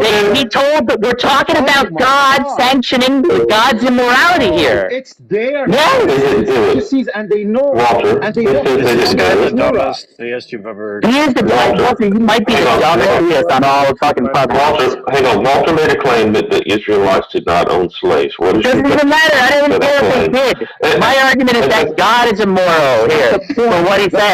You guys are so small is that you don't realize that the Jewish people who know the Torah, who know the laws of Moses, who know everything, who are following God, and you, Mr. Rascal, are going to say, "Oh, look, this is what the Bible said." You don't. It does say that. Are you gonna? Do you have an argument that it doesn't say those things? So what you're saying is that it's not what they did and how they got out of it, and how they showed the world how they beat the slavery that counts. It's because they didn't beat slavery. Because they don't know the Bible. He's saying it's what God says that counts. I'm talking about God, dude. We're talking about God's. This has been my thing from the very beginning. Everybody wants to. Hold on, Walter. All the theists want to distract and turn it into, well, you're impugning the people at the time. I mean, that's I do think the people at the time were immoral compared to us, but that's not fucking relevant. What's relevant here is whether they did it or not. God tells them to do it. He sanctions it. He gives them instructions. He tells them to take the virgin women from the people they conquer as slaves. He tells them to do this. I don't care if it happened or not. He told them to do this. This means God is immoral by any standard that we understand, that most modern people will go with. When we say good, right? So when people say good, they're not going to include slavery, right? Like enslaving others. I doubt you're going to find a whole bunch of people in the world that are going to agree enslaving others is good. But people want to say anything that God does is good. But you're talking out both sides of your mouth because you also don't think that fucking slavery is good. God is immoral. I didn't say you would. All the other thing of the Calvinist on me. I wasn't talking about this stuff. We're talking about the relationship between the Jewish people. I don't care about that. The entire time, I've been talking about God being immoral. Here we go again. Okay, God is immoral no matter even if you take slavery then from your even if I remove that this is slavery, okay? God sanctioned killing people, didn't he? Yeah. God sanctioned a whole bunch of things that you're going to keep on telling me. So even if I remove that section of slavery that was going on while they were constantly in battle, you're going to see a moral gone anyway. Yeah, you're right. So what's the point of you bring up The slavery? point is, I would abandon this. If you're not listening, we live in the 21st century, for fuck's sake, and people are still listening to a book that has these horrible morals in it, the deity of which tells you to enslave people. Yes, that's my point. I'm running around looking for slaves to pick up. What? I didn't say that. Holy shit! This guy is so fucking yes. I didn't say people were doing it. You fucking idiot! What I said of people be following it. Walter, you have to stop because you're embarrassing yourself. I didn't say anything like that. Okay? Yourself. I didn't say anything like that. Walter. I let you speak. Now I'm responding. Right?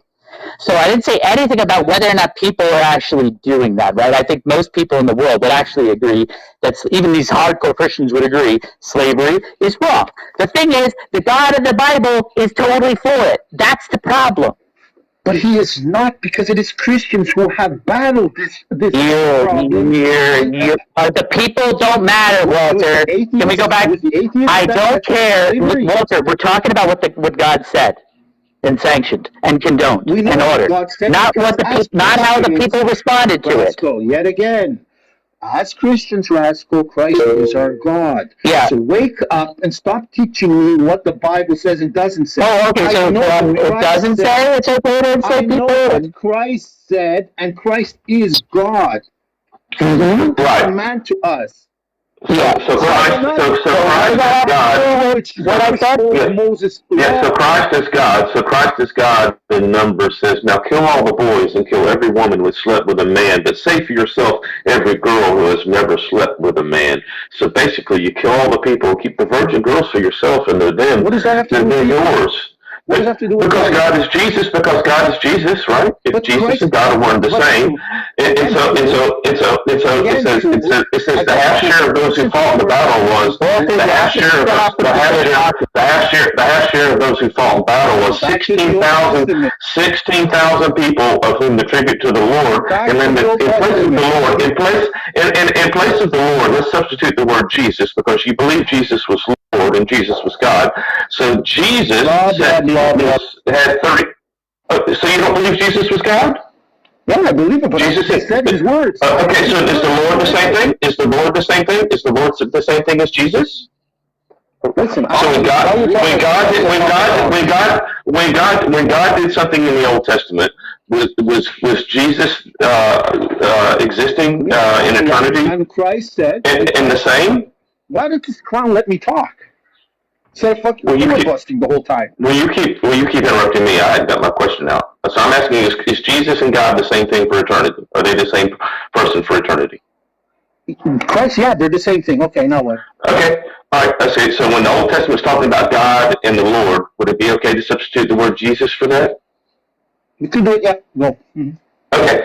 So Jesus had 32 people out of the 16,000 people that were set aside as a tribute, and Jesus gave them away.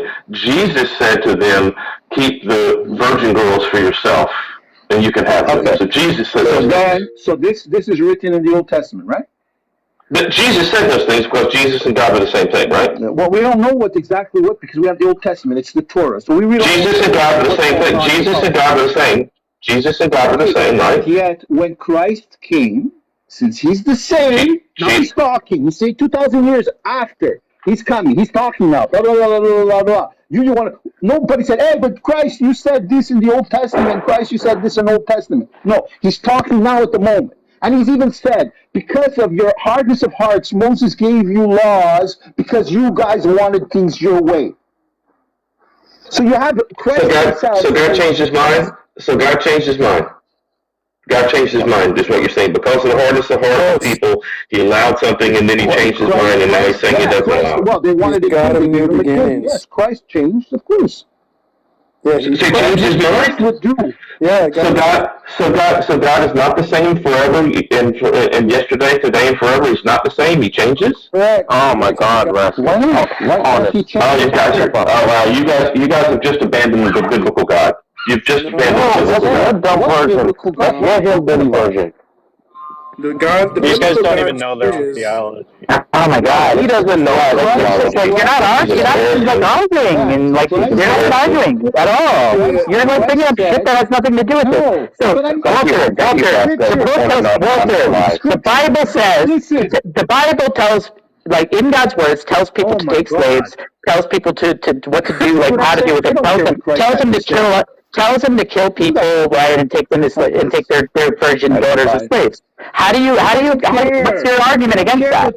The new covenant has to say. You don't care what the Christ has to say. Walter, do you have, what's the symmetry breaker here? You don't care. What's the symmetry breaker here, Walter? And he brought what the world should be through him. So Walter, what does that have to do with God being in favor of slavery and ordering people to murder others and take their virgin daughters as sex slaves? Paul, the apostles didn't. I didn't ask about Paul the apostle. We're talking about God. We're talking about God. Yet again, Christ is God. Yeah. Did Jesus ever tell people not to own other people as slaves? Yes, Christ he did. said Where? one another. I didn't ask that. I didn't ask that question. I'll ask again. Is there a passage in the Bible where Jesus says, "Stop slavery, don't own people as property"? Is there a passage that he says that in? He said it. Where? Read it to me. Read it to me. So, do you take liberty to be the opposite of slavery? I have no idea what that has anything to do with it. Because the passage. No, shut up, e-bike. No, I want to hear what God actually says, where Jesus actually says, "Don't keep slaves, guys. It's wrong." E-bike, you are arguing from the specific to the general, and that type of reasoning is fallacious. There's no connection to your verse to slavery. So you cannot take one specific verse and say that argues for something else that has nothing to do with that verse. Okay, so Isn't Russell doing the same thing too, Anders? Is liberty the opposite? How am I doing that? Rascal, is liberty the opposite of slavery to you? No, I don't think liberty be. I don't know. No, freedom would be the opposite of slavery. Liberty is not the opposite of slavery. No, freedom would be. Oh, okay. Well, never mind. I don't think you understand language. Freedom is the opposite of slavery. So because you don't agree. That's what happens when a slave gets emancipated, right? Well, liberty would be you don't understand words because you don't agree with e-bike. Well, I mean, liberty is synonymous with freedom, but Rascal doesn't seem to understand this. So, like, oh my God! You want me to look at it? Words mean, like, how is he going to interpret the Bible correctly? So, what can I do? I think liberty. What liberty is talking about? Liberty is a Roman synonym liberty. for freedom. Roman liberty. It's definitely not freedom. The liberty is a freedom. Libertas did not mean freedom under the Roman Empire. I'm just pointing that out. But that's. Well, I guess the question would be, what is the Greek No, the Roman definition of libertas used to mean you were free under the Roman rule. It didn't mean that you were free to do what you wanted. That Rome rule was the way to give people freedom, was to assimilate them into the Roman Empire. That's where the libertas originally comes from. It means something different now. I'm just saying it's what it used to. Are you going to deny that it's synonymous with freedom? I think liberty. It's not. Liberty isn't a direct antonym of. It's a synonym of slavery. The antonym to slavery is freedom. Yep. But it is. If you were going to say a synonym to freedom would be liberty, but they don't mean exactly the same. Yeah, liberty is a type of freedom, generally has a context to do with a particular government system that you exist under. Yeah, I think Rascal's right. Liberty is more a political thing. Liberty, justice, yeah, they're political ideas.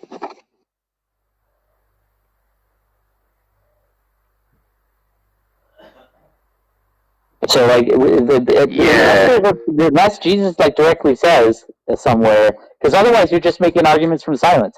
Unless you're, like, saying, like, Jesus actually says, hey, everybody. Because, like, it isn't hard. He's told them not to, like, God tells people not to murder. He tells them not to steal. All kinds of shit all the time. But he doesn't seem to be able to say, hey, guys, don't keep other people as property. Not once does he say it. The Merriam-Webster dictionary, you'll probably reject this, but the first definition for liberty is the quality or state of being free. Great. So where does Jesus or God say don't keep slaves? Oh, Rascal, you might. Rascal, this is the second one.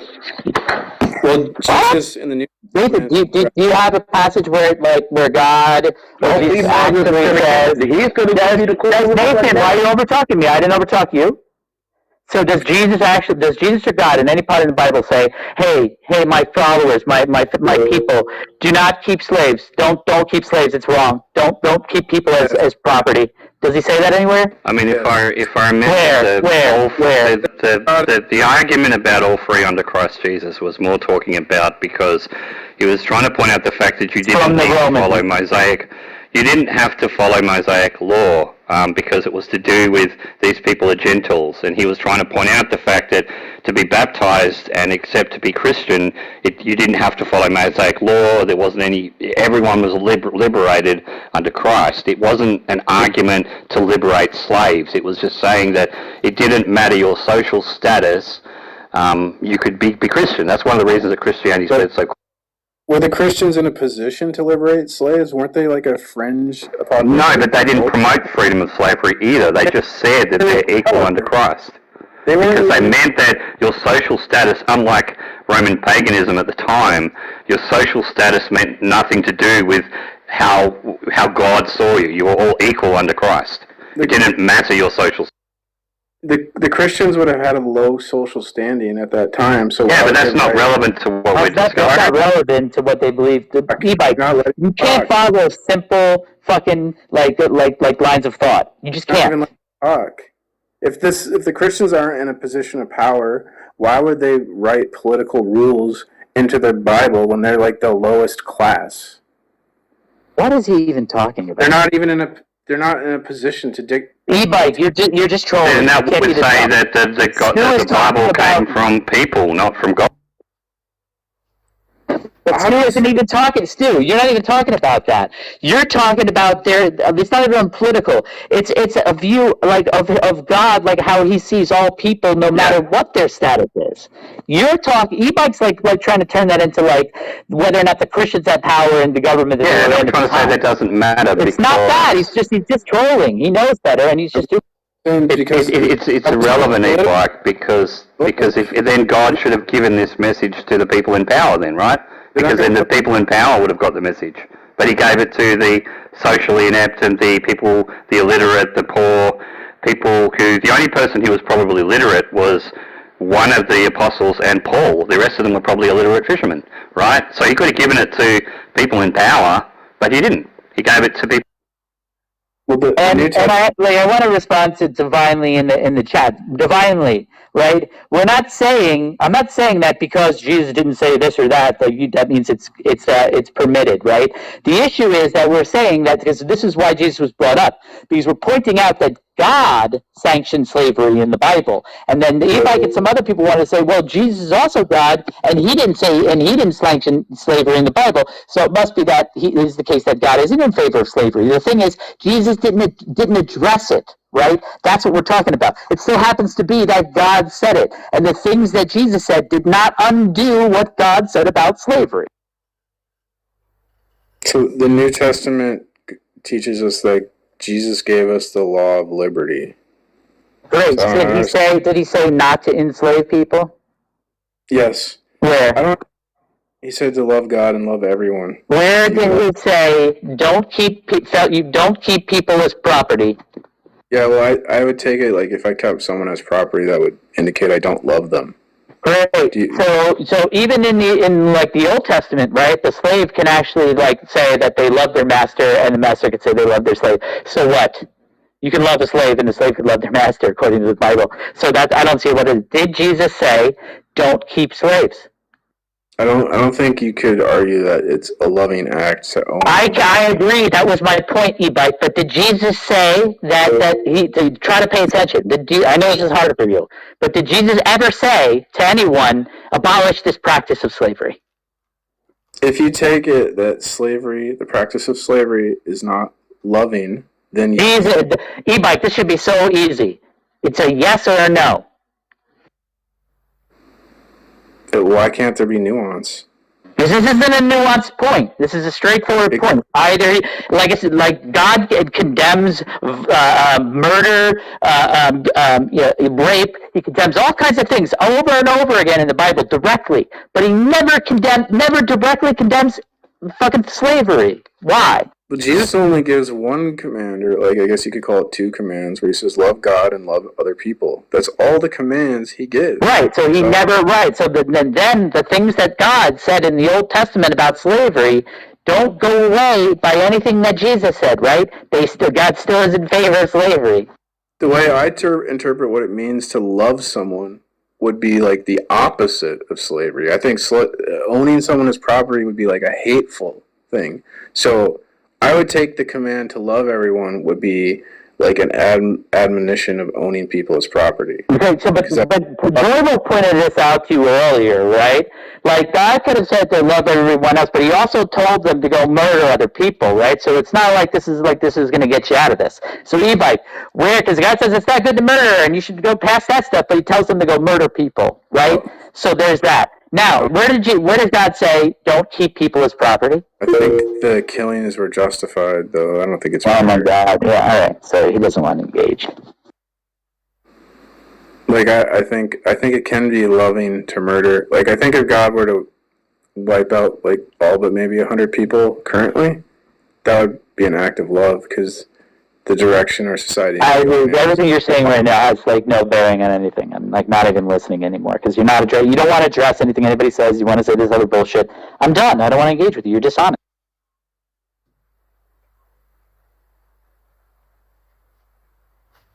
Like when God flooded the planet is because he loves us and he saw like what we were doing to ourselves and he wanted to give us a chance at freedom. I think the only...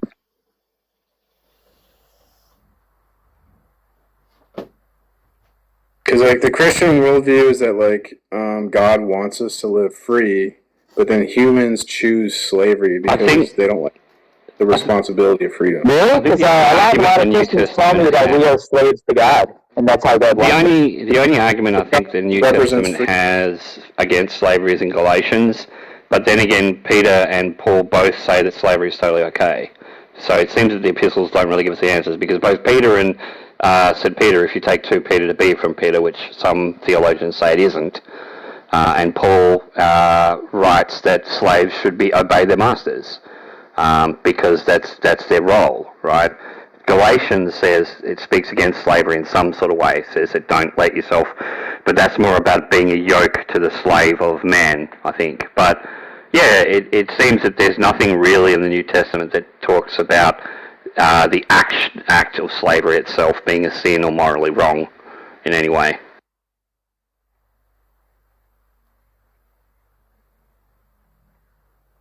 So I guess your interpretation comes down to love, but yeah, the New Testament, in a way, sort of either speaks up against or either condones nor rejects slavery. So it's funny that like these people get the idea that slavery is bad from Christianity, and then they turn around and attack Christianity with the same values that they got from Christianity.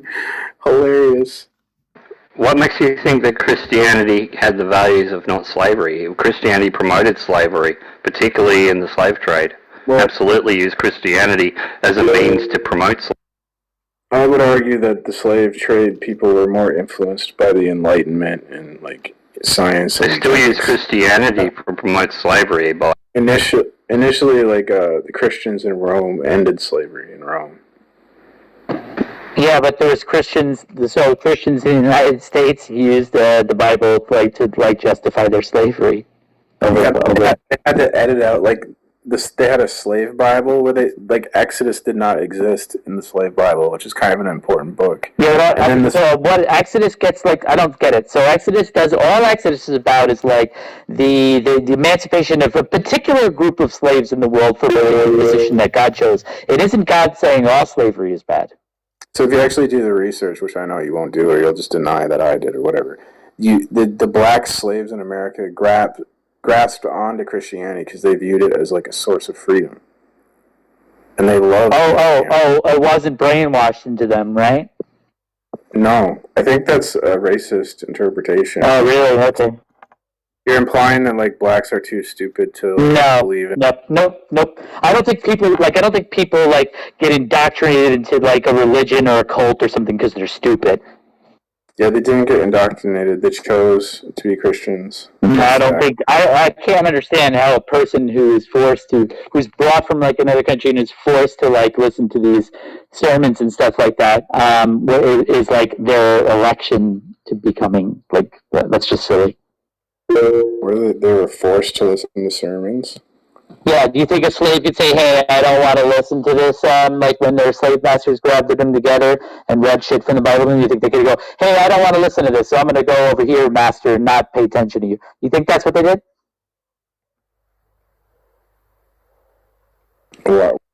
Why would they care if they're slaves or Christian or not? They're fucking slaves.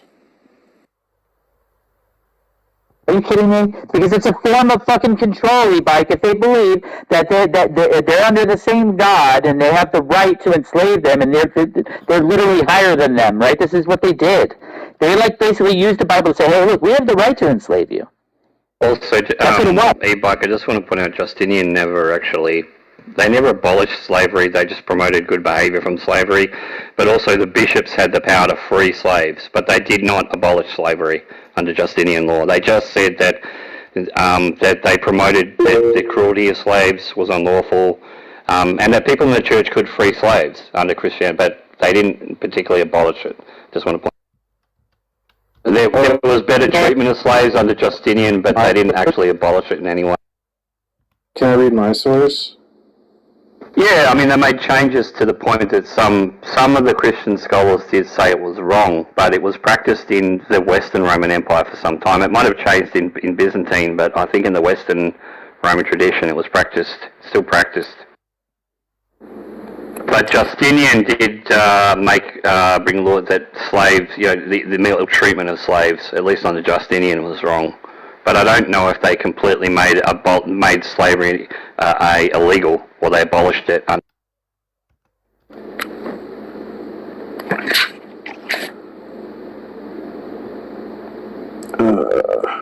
Everything I'm seeing is saying no, it was never completely abolished from society. Yeah, but people in the church could free slaves. Like a bishop did have the power to free slaves. Like you could go to a church and be freed. Like I'm saying, it was practiced, but it was never outlawed completely until parts of Europe started bringing in anti-slavery laws, which I think happened. What was that? 15th, 16th century. Right, what I'm saying is. But the point I'm trying to make is that some people in part of the community did use Christianity because, at least in their view, they thought that teaching these people Christianity was better for them, right? Particularly, the British did it. The British were terrible, particularly with the way the British colonials treated natives in Canada and Australia, because they said we've got to teach them Christian values, right? So we could take them from their mothers, particularly if they're half-caste, right? That's what they call them, half-caste kids. They pulled them from their mothers and took them to orphanages and raised them under Christian churches and said this is what they need to do, because under their law it was like, well, it's better that we teach them Christian values than them living, because they've got white stock in them. It was pretty horrible, actually. But I'm just saying that there have been people that have abused Christianity. It's not all good. A lot of them have used religion as an excuse to promote either discrimination or slavery. So while there's been people in Christianity who have done good for abolishing slavery, there's been many that used it to exploit it. Yeah, I would say it would be like Christians, if they were like emancipated slaves, it would be in spite of their religion rather than along with it. Yeah, and I think that's the reason. I mean, you can understand why Christianity would have spread so quickly, because it didn't have the same sort of social requirements a lot of the pagan Roman traditions did. It didn't matter your social background; anyone could be a Christian. So it was immensely appealing for the lower class. plus they're doing things like offering food to the poor and stuff like that. So, you know, hey man, free food.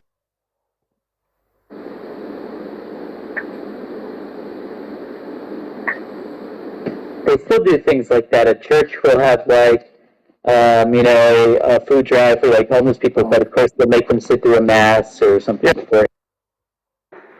Some ones don't, like there's some churches that don't. No, there's some that don't, you're right. They just give people food, but some do, yeah.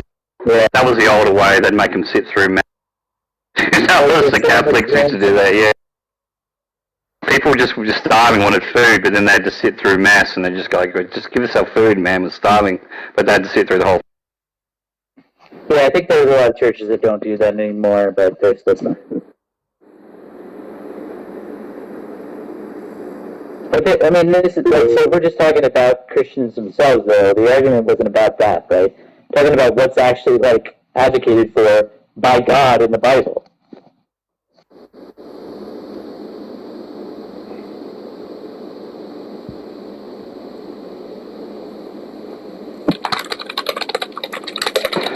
Yeah. Not completely disagreeing, E-Bike. I'm just saying that they didn't really outlaw it in the way, say, that anti-slavery laws were. They just basically gave slaves a bit more rights under the church. And then Justinian brought about much better treatment of slaves. But I don't think they brought it into law, at least under Western Roman Empire. They didn't outlaw slavery in any way. Oh, I found it. Fuck's sake. Okay, so this is from my book, The Subversion of Christianity. It's page 109. It's an academic book by a professor of history. Not all at once, but progressively under Christian influence, and not because of technical improvements, as it is often stated today, slavery disappeared in the Roman Empire. It persisted, however, in remote corners of the Carolingian Empire. We may note, meanwhile, two currents, one from the north, the Slavs, and the other from the Mediterranean. This instance is negligible and episodic. The general thesis that there was no more slavery in Christendom is true. Thus, the proclamation that everyone in the Kingdom of France is free was correct, and it was even allowed that the moment slaves arrived in France, the mere fact of setting foot on French soil made them free. This is wholly in keeping with Christian thinking. Right, but it doesn't say that under Justinian or under Constantine that they outlawed slavery in any way. That's what I'm saying. They didn't outlaw slavery. The Christians didn't outlaw slavery in Rome. It just eventually became more, but it definitely became more unpopular, right? And there were some people in the Christian clergy who did speak up against it and said that slavery was a sin. However, in the earlier Christian times and under the Stoics, they were like, well, it's not wrong, but it is wrong to treat slaves cruelly, like you should treat slaves.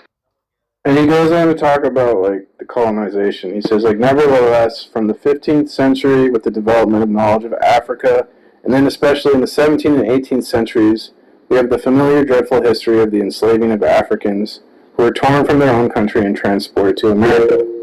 What accusations have been made against Christianity and Western civilization, and rightly so.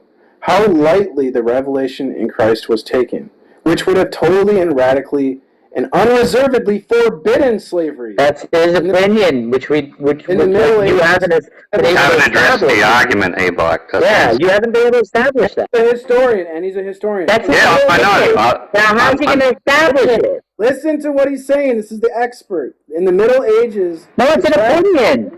This is the expert opinion. In the Middle Ages... It's just, James, look, I know Jack Azzella's books, E-Bike. I'm pointing out to you that doesn't stop you not listening to the point we made. The point we made was not the fact that people weren't perverting the words of Christ. We never said that. We said that there were people that exploited Christianity for slavery. Exploiting doesn't mean that they're using Christ's teachings the right way, does it, E-Bike? It means they're exploiting Christianity for slavery. But and I said exploit. When did Jesus say don't keep slaves? He never said abolish slavery. He never told people to rise up and destroy the institution of slavery. He never said that. Yeah. My book says in the Middle Ages, the traffic in slaves would have undoubtedly have led to excommunication. Yeah, because they abolished it in places in the Middle Ages, e-bike. You said under Christians, under the Romans, abolish slavery, and that's patently false. They didn't.